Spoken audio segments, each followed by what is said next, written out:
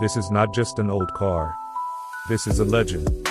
Abandoned, forgotten, and left to rot in silence. The Toyota AE86, also known as the Hachi Roku, a lightweight rear-wheel drive machine, built for pure driving. Released in the early 1980s, the AE86 was never about power. It was about balance, about control, about connection between driver and road.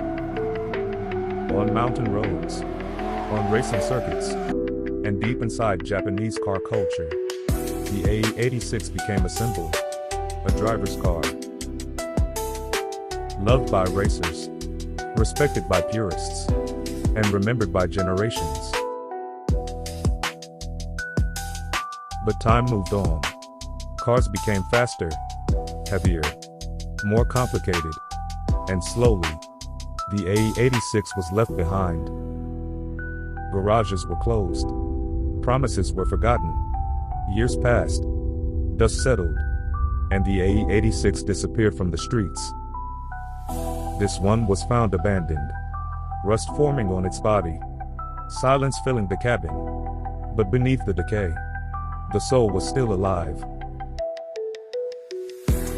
The beauty of the AE86 is its simplicity.